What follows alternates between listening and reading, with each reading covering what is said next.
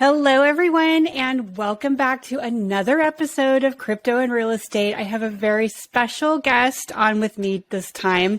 You're going to be seeing a lot more of him in the future. We're going to be doing weekly market updates. Meet James Richardson. He is our new CTO at the Crypto Realty Group.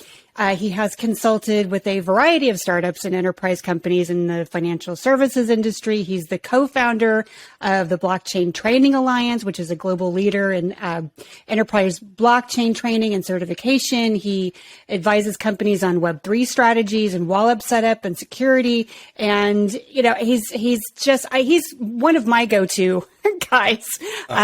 He's definitely one of my closest colleagues right now, because my whole mantra is to surround yourself with people who are smarter than you. And he's definitely part of my success. So we're here today to talk about the Metaverse and NFTs and digital housing, and why it's something that traditional real estate agents need to take a look at. I get this question a lot when I speak. It's not just about crypto and blockchain anymore, like it was even 2 years ago. I get so like, why should we care about this? And we get bombarded so much with so much information, right and left, Web 2, Web 3, all this stuff. And so you're here to kind of, dispel any myths, kind of give us maybe a little bit of background and tell us why we need to learn more about this. Wow. So that's a great intro, Piper. Thank you very much. Yeah, I'll do my best. I mean, these are broad topics, like, emerging technology in general, right? And these things are kind of all connected. Like you said, there's Web 2, Web 3. But really, we're just talking about an evolution in the tools that are available to developers or to businesses to be able to communicate their messages. So there's a lot of obvious parallels between the early web and the metaverse today in some context. And even going back to the very early web, when people were imagining what online shopping would look like on the internet, right? The first early drawings, right, didn't look like Amazon.com today.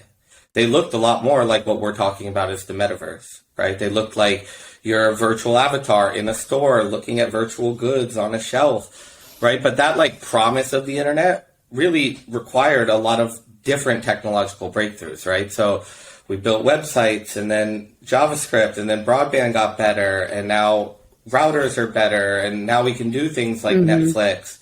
And, games like Fortnite and Minecraft are starting to show what the future could look like now that we have more processing power and better broadband connection, and people are used to putting things online, right? So this spectrum continually moves.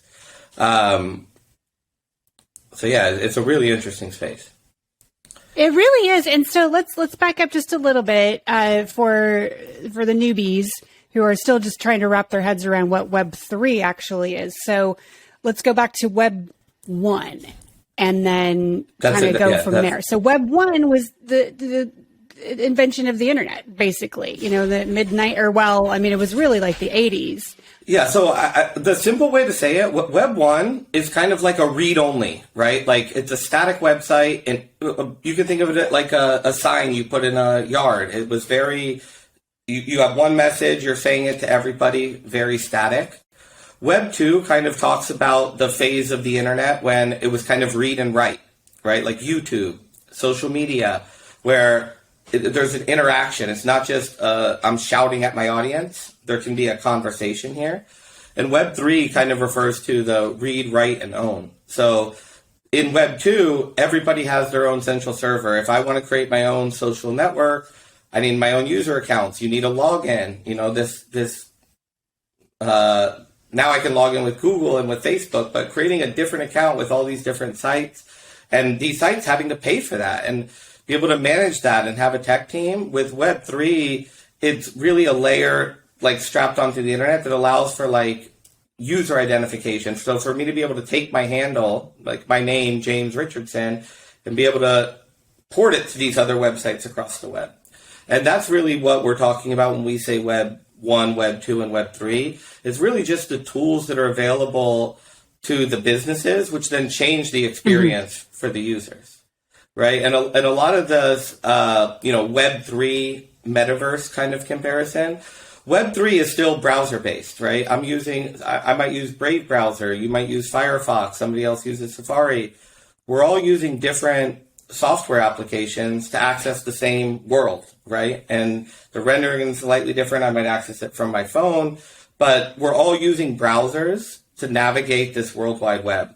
And in some sense, I think when I talk about the metaverse, like in the macro sense, it's really when we stop using browsers to navigate the web, right? When we're using, again, multiple devices, it's not going to only be a VR headset. I'll be able to do it in 2D. I'll be able to access it on my phone, access it on my gaming console, access it on some device in the future. But like we're moving to a world where we might not need a browser, right? I could maybe move from Twitter land to Facebook land inside this virtual world, which again is the internet still conceptually. Like right now, I'm just going from facebook.com to twitter.com. Maybe there's just a different mechanism for me to switch communities or applications. Yeah. And how would we access that then? Because I'm still trying to wrap my head around this technology. Is it through? It might be native on a phone. Well, just the same way you open a browser today. We're so used to that behavior. But if you go back to the early internet, like even there was browser wars about like Netscape versus IE, how to render HTML.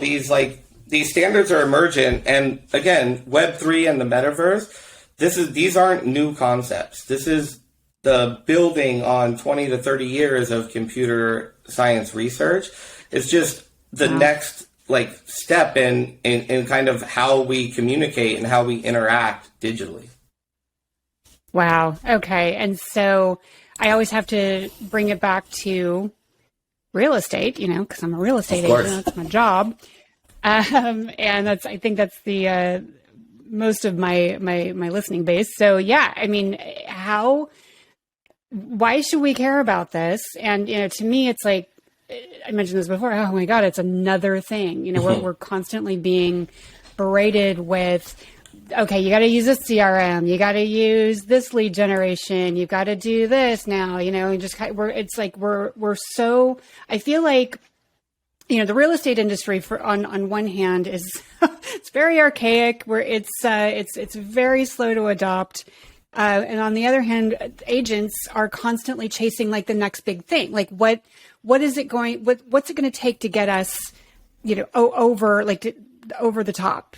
So I don't know. I mean, so is the metaverse? I guess my question being, is the metaverse just another tool that we can use? For maybe a lead generation, or is it just going to be, in the present, well, we've got a brick and mortar here. We're going to have, a so-called brick and mortar in a metaverse just because we have to, like a website, we have to have our own website. So I don't know, maybe. Yeah. I still think that future of the global metaverse and we're moving away from browsers is pretty far off, but I think you nailed it. Yeah. Just you're going to need a website to be a real estate agent and compete in today's world. That might not have been true in the 90s, right? But that is true today. Right. These cycles are long, right? But at some point, that website might be replaced with a presence in this metaverse, right? And maybe multiple identities in this metaverse. Maybe you have an identity, that's your corporate identity for these clients, and a more hip, young identity for younger clients. Yeah. But yeah, I don't think that the metaverse is necessarily something that from the business side, I need to add it to my CRM or I need to change it for my website, but it's definitely something you should be taking note of on two fronts. One, again, it is that budding frontier of what we're calling the internet, right? So, the early real estate agents that adopted the web and move down that. I'm sure that I don't know that much about real estate, but I'm sure that they had a slightly unfair advantage. And again, being able to map with the new, even social media. Yeah. And again, blockchain is just a new tool and the metaverse is just a new tool. It's like a screwdriver. if you need a screwdriver is a really good tool to have. And there's this new tool in the toolbox, right? It's new. And so the more you can like learn and identify it, it also means like businesses haven't already mastered it. So you could be the first person in this community, or you could bring this new class of clientele that might have a bunch of crypto or digital assets, and they need somebody to help them think about how to convert this into physical assets, or how they manage their digital real estate, their land in this digital world or this other digital world against their portfolio of physical properties. And, that's true of both companies and individuals. Yeah, because they are not on Facebook, like we've said so many times before. Yeah. They're in a different space than we are. And so when we talk about the metaverse, I know it's kind of confusing to people. The metaverse is like a general term. It's like the web, right? So it's a concept more than anything. Yeah. Okay. Yeah. So it's a concept. So there's smaller, I think you called them microverses one time, or did I get that wrong? Small little worlds. I call them microverses, right? But like Roblox is a good example of this, or Fortnite, right? People might have kids that play Fortnite or Roblox. Roblox has like access to, I think it's like 80 or 90 million virtual worlds can be accessed from. What? It can be accessed from any country across multiple devices. Linux, Windows, desktop, PC, video game consoles, my phone, right? So it has continuity of like items, currency across all those worlds. So I could buy shoes in one, I could take it to another, my avatar exists. So again, it's still a very closed system. It's very early. There's no commercial use for it, but it is in some ways one of the best like precursors or examples of like what I think people are talking about when they say the metaverse. Again, thinking about the internet, right, which is just a network of computers connected together that we can all access from, a multitude of devices. Like the early internet, like there was like the Yahoo dashboard, there was no commerce use, and it was still a little hard to say, okay, cool, so there's kids playing and they're hatching eggs and they're doing this thing. But that's a good example of, I think, where it's going. It's sort of like, I think the word metaverse, it was coined in a book, Snow Crash, a really famous sci-fi book. But to me, it's really the idea, like the actual metaverse is the evolution of the internet, right? When the internet's rendered, instead of the internet being flat and text-based, it's image-based, right? And when we move away, I think that like in that transition, and I think this is pretty far future in some ways, right? Like we'll probably be calling it the internet and not the metaverse or whatever or the web, right? It'll probably be, it'll be the same thing carrying through just in that evolution. And coming back to your question about the microverses, like today we have all these small centralized sites, like Facebook has its own thing. Fortnite has its own world. You can have tens and 20,000 people there doing live concerts, but it's still Fortnite, right? And Fortnite owns the IP there. I can buy, items and dress my character, but I can't take that item and move it to another game. And really Web3 in that metaverse, there's going to be a standard, just like I can, open my browser and go to twitter.com or facebook.com. I'll be able to take these shoes from my Fortnite world into my Roblox world, right? And so I can actually own that item in some contexts, but still the gameplay can be controlled by, the individual company. Wow. All right. I don't know if that was too much. So not just having, I know I'm speaking for myself and probably a lot of the listeners that we love this kind of background. Yeah. We need to know like what we're dealing with here. Because it's just so, I don't know. I just want to demystify it. So, and that's a great word, demystifying it. Again, this is not something new. Yeah. It's not highly technical at the level that we need to understand it. There's like cryptography and this advanced math. This is stuff that's been going on for 20 years. Yeah, exactly. It's just like you don't need to know how your phone is able to, send your video across the world in real time, and you could talk to your, mother in Australia or your friend in England. So, but yeah, it is. I think demystifying it is an important thing. That this is like we're already doing a lot of these things, right? When you're on these games, when you're using the internet, this is just the evolution. It's going to become more and more visual, more and more graphics based. Technology like advances in graphics processing, advancing in broadband, advances in blockchain, advances in all these different fields, continually combine together to make just our interconnectedness more realistic and more realistic. And again, coming back to your question about the time frame, just to kind of set the pace, like, blockchain, metaverse, these are kind of new terms. We're seeing the very early versions or iterations of them. We're still early on that like commercial use spectrum, but I think a good analogy is mobile, right? So mobile began in 1973. The first digital wireless networks, I think, were in the early 90s, like 91. The first smartphone, 92. Then the first like wireless mobile protocol, the end of the 90s.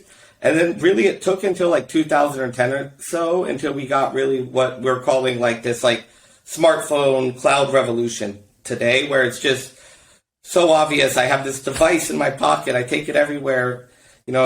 When mobile first came out, people said, no way that could replace the PC. People aren't going to just be looking at their phone, looking at this little screen.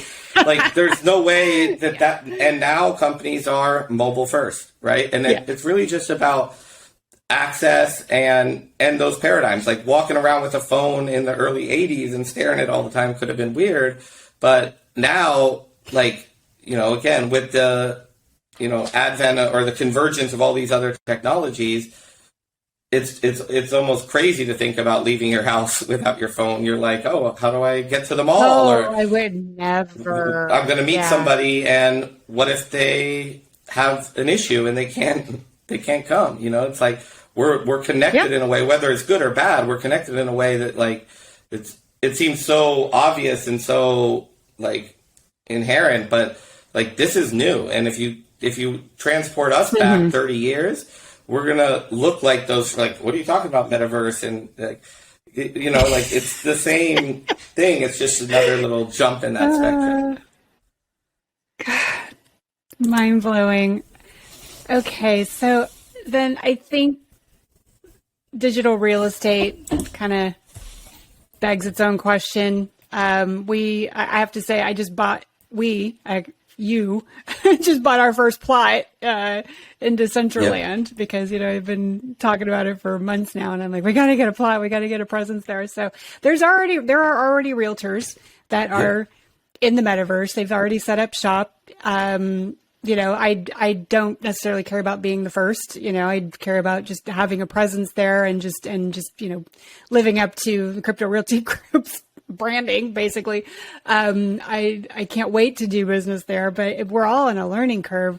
And that's so let's talk about not just like having a presence, but there's still kind of an opportunity there just to own land. Yeah. And again, nuts. Yeah. And even if you go back to games like World of Warcraft or a game like Second Life, like those coins from Second Life and I think coins from World of Warcraft showed up on Forex exchanges, like global currency exchanges, right? So like people are buying and selling Pokemon, like these worlds or these communities or collectibles are a real thing and really part of our dynamic. But I think the best thing of getting out there and for us buying a plot in the metaverse or in a metaverse, right? Decentraland, right, is really about learning, right? It's not really about like, hey, how can we make quick money or hey, let's like create this land. It's learning and understanding that paradigm. Just like, again, if you learned like JavaScript and how HTTP or the early internet websites work, it just sets you up for careers in the future that you didn't even know were going to come, right? And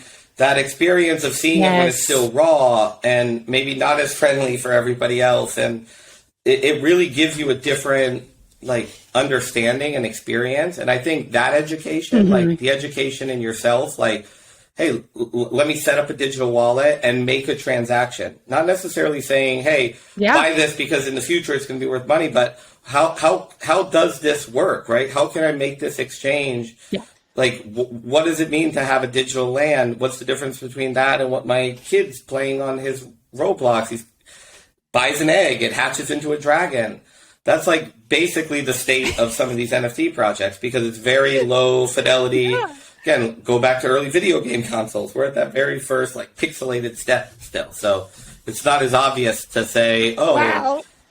Yeah, this makes sense. And this is why businesses exist. And these paradigms change. So now everyone's so used to these things where it's still, you sound a little bit crazy. It's like it's a network of computers and it's cool and it's tech. But there's a foundational layer here that actually is extremely important for business, which is really what the internet wanted to be when it came out. The internet was not designed for global commerce, right?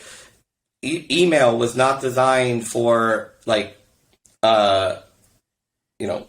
businesses, right? Like spam. Like I can send an email today that says I'm Biden at the whitehouse.gov. There's no way for anybody to tell the difference in the internet protocol itself. Google and we put in all these extra layers, SPF and extra tags to make sure that we can start to track that. But the internet really wasn't designed for global commerce. We have to bolt on all these third parties. We need payment processor and we need a security certificate. So it says HTTPS and I need a hosting account with Amazon and I need another thing. And it's all these third party services, which also create friction, make things harder to do, make things more expensive, right?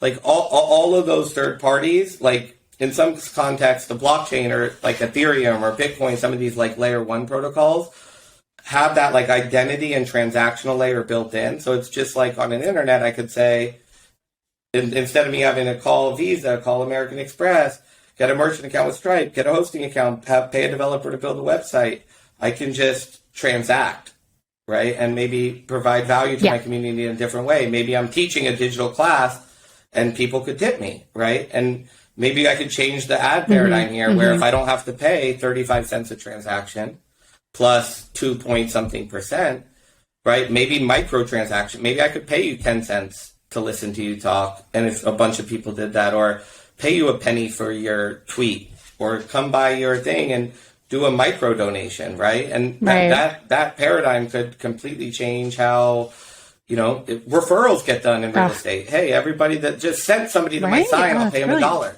right? I'm not going to give like enough to just trigger the need and to create the thing, but you don't have to necessarily be tied to, well, what happens if I sell? Do they have to believe me and trust me that I'm going to tell them if I sold on their referral? So there's a lot of like, new paradigms coming through this world. But again, that's already been happening. We're in that cycle and new things and new magic has been coming out for the last, 10 to 15 years in the, mobile and application development. And so many things are going through my head right now. Like, when you mentioned referrals, like, there is a procurement clause, and it's a big, it can spark a huge debate, over a property, like, who is the procuring party, as far as the listing agent or the buyer's agent. So if there's a digital representation, like whoever was there first, you could actually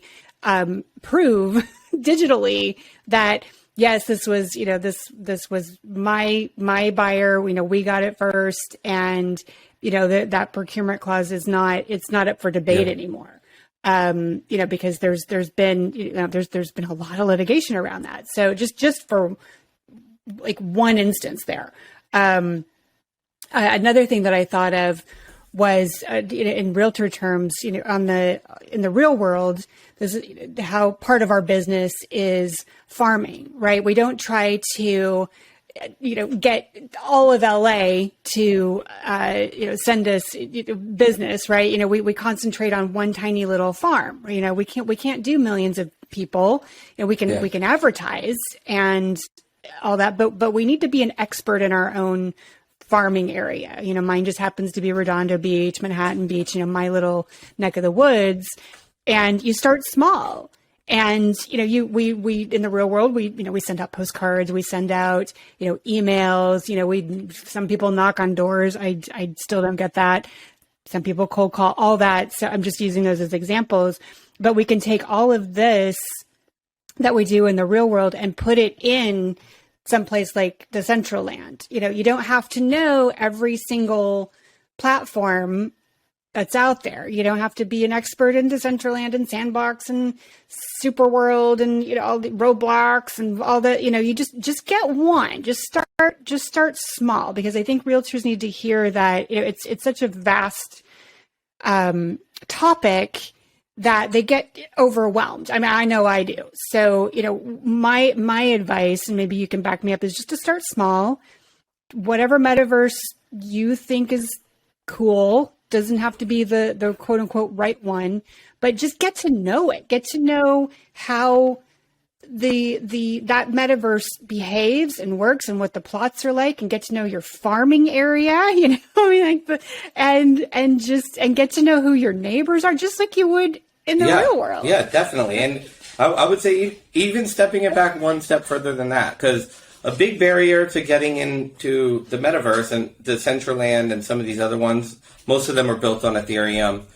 Probably none of these are going to be what we're calling the metaverse at scale. That company probably doesn't exist yet. Right? But like even stepping back before that, one of the big barriers is to get a wallet and to have Ethereum in there. Oh my God. So, yes. And I think jumping to the metaverse is great. If you're there, I do think exploring it, but even just like, there's domain names, right? So the CryptoRealtyGroup.com, right? To register a domain name is technically free, right? There's one registry. Yep. Once you register that name, you own it. It's a digital abstraction. AA.com was sold to American Airlines for a ton of money, right? You can't squat on McDonald's because they own that copyright, but very similar paradigm here in the Web3 world is a service called ENS, so Ethereum Name Service, where you could buy, AA.ETH, right? Which is an NFT. It's the same token standard, not to get too technical, that a plot on Decentraland would be, or a Bored Ape Yacht Club. So all three of those things are the same token. They just represent different things. So to me, I would say, like, if you're interested or curious, or you're thinking about your business and you want to like stay ahead of like the technological trends, like just like buying a little bit of Ethereum, or Ethereum is probably the right one if we're talking about metaverse here. Not necessarily financial advice. It's for the investment in yourself. So being able to buy that, move it to another wallet, like set up a MetaMask or a hardware wallet, move that to another wallet, and then use that to buy a digital asset. So again, to convert that digital currency into a digital asset, and that flow, and again, I do that in some of my classes. You can do that on like testnet. That like education alone can put you in that like top 1%, because most people, even if they're buying Bitcoin or they've been investing, they're buying it on an exchange and holding it like stock, right? They're not really using it. And I think that like that idea of like being able to go into some of these worlds and you're actually making transactions, and like each step is kind of I guess like another, exactly. Another layer process you're unpeeling. Yeah, exactly. Yeah. Yeah. Boy, yeah, and I was leaning a lot on a friend of mine who was already really heavy into NFTs, and this was when they were on their way up. I mean, they've kind of reached, I don't want to say a plateau, but it's all part of the whole market cycle. But I was calling him, I just swear, like every 5 minutes, like, okay, now what do I do? And then I get a MetaMask, and then what, so it'll, when you go onto these, portals, say like Decentraland or Sandbox, it's going to ask you before you can even go in, hey, which wallet do you want to hook up? And then it'll give you a list of the ones, at least I'm talking about Decentraland. I don't know about Sandbox really that much, but Decentraland will ask you, which wallet do you want? And it'll give you a kind of a variety. So if you don't have one Pick any one of those. Coinbase has one, and and it's a browser extension, and you just log on to, your MetaMask or your Coinbase wallet. We call those hot wallets, right? And then that will get you into the portal, and then you can, dress up your avatar. I mean, they've got designer accessories in there now. You don't have to go that far. You don't need a Gucci purse just yet. But you can dress up and just kind of walk around and meet people, and it's super cool. And yeah, it's just for the learning experience. Yeah, and really. And then the owning the land is just kind of the bonus, next step. Yeah, I think. And you don't have. Let me be clear. Yeah, you don't have to own land in order to participate in something like this. You can just be an avatar and just walk around. Well, and stepping back, my comment about the barrier about setting up a wallet and getting Ethereum, Decentraland will also let you play as a guest, right? So you can. I forgot about that. That's so right. you can go to Decentraland.com and just see the world. Again, it's a very pixelated but rendered world. Totally. To kind of give you the idea. Again, this is a microverse. Let's frame it that way. This is not like every possible world on the internet. It's contained to Decentraland, but it is its own world. There's a bunch of plots. People are in there, making their own thing. And again, just like all these virtual worlds, the community itself will kind of decide where it ends up and what it looks like. Yeah. And then if you get really into it, you can build your own house, you can build your own office, you can lease it out to people if you wanted to do it that way. You can dress it up with awesome NFT work. You can have NFTs within NFTs. It gets crazy. But yeah, I would just say start small. And then and again, this is yet another rabbit hole to go down. And another question I do get asked is NFTs, blah, blah, why? I don't, you and I have kind of worked closely together on NFT and real estate and, the possibilities, and we haven't quite reached a good use case just yet. I mean, yes, we know it's possible. But we're just not there yet. We need other, I don't think.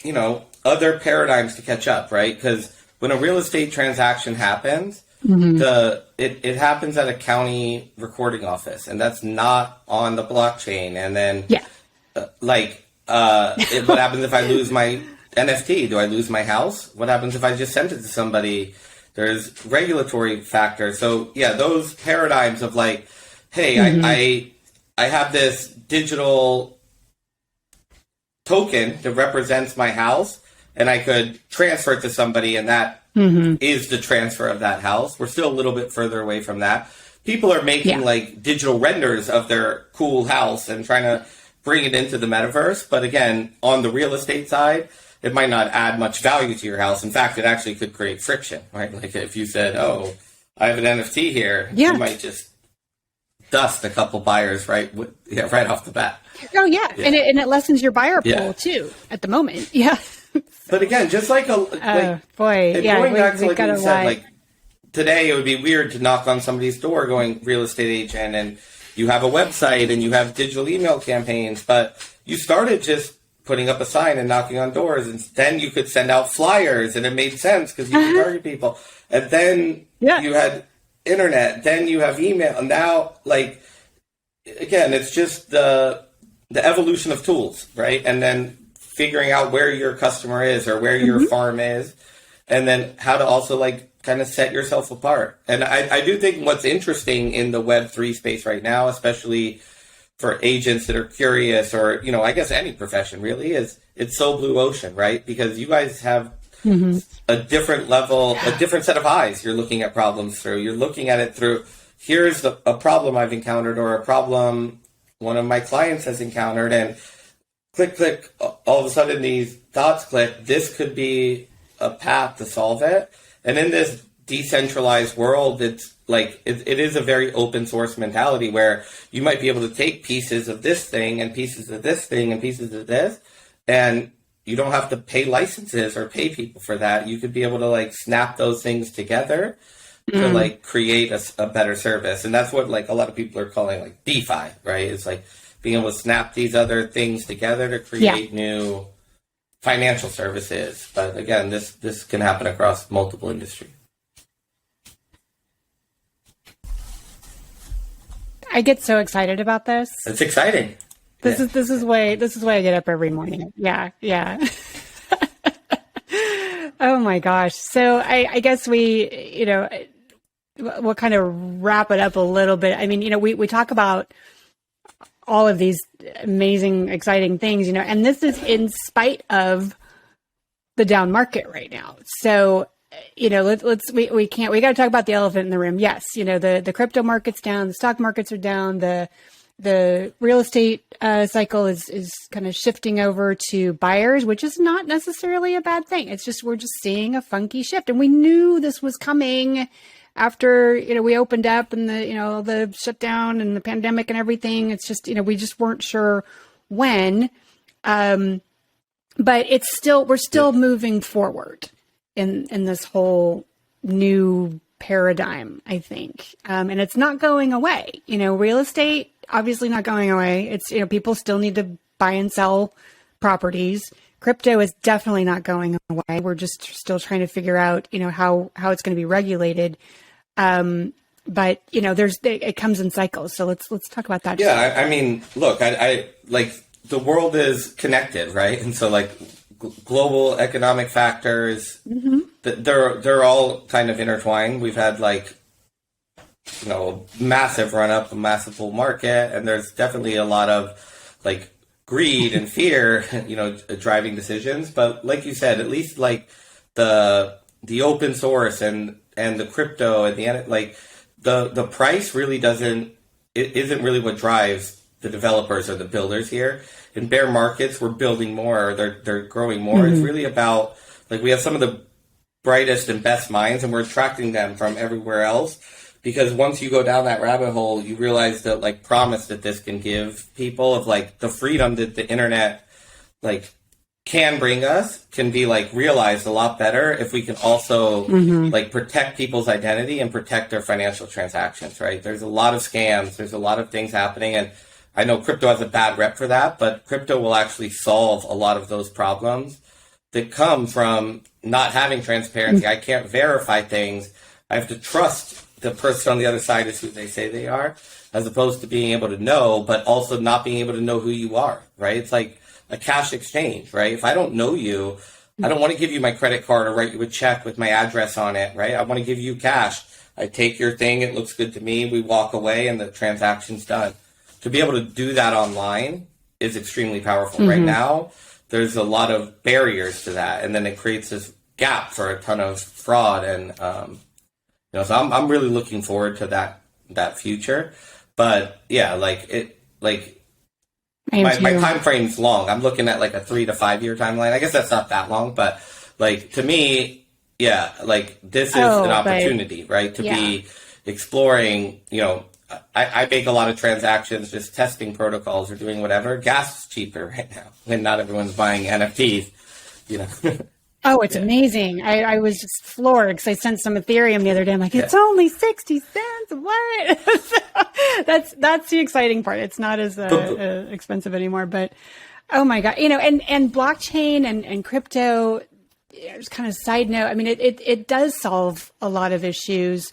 And I was saying, we were 2 to 5 years out, 2 to 5 years ago. And yes, we've made a ton of progress. But it could also solve for, disenfranchised individuals who may not feel like they can afford real estate in and out of the metaverse. And it could help. Yeah, fractional ownership. I bought a house. A multitude of things. I bought a house with 3 friends, out of college, and it was like, oh, real estate's going up, $860K a year. Let's buy a house together, wait 3 years, sell it, we'll all be profitable. But even buying that house with 3 friends, we had to get a lawyer. We got an LLC. We had there's no mortgage for 3 people. Like we had to like do all this extra work outside, set these different rules. We could have recorded that all, had different mortgage rates. The banks could micro lend me my part of the mortgage, the other person, right? And, you know, we could have better structures for a lot of things that are already happening here, right? So yeah, it can create a lot of efficiency. Yeah, and it levels the playing field on so many issues, you know, racism and, you know, gender equality and all that. So because it's not completely anonymous, but it takes away all of, you know, the things that might, you know, prohibit you from getting into the real estate game. Even though there's fair housing laws out there, there's still we still have issues, you know, and it doesn't solve everything, unfortunately. But yeah, so, you know, any last words before we just excited to be here. And yeah, like, don't be afraid. It's not highly technical. Just go out there and explore, right? Be careful. Like, again, don't do it to get rich, but just a little bit of exploration and that investment in yourself, I think, will pay off, you know, multitudes into the future. Yeah. So what I'm going to do is I'll in the comments I will put down the ENS site that you can go to, a couple of really great articles you can read. Maybe a link to Decentraland or maybe not really how to get in touch with you. Decentraland. Oh, and Blockchain Training Alliance. That's a really good place to start, I think. Awesome. Well, thank you. All right. Well, thank you, James. Yeah, it was fun. Thanks, Piper. We will do this again. Bye.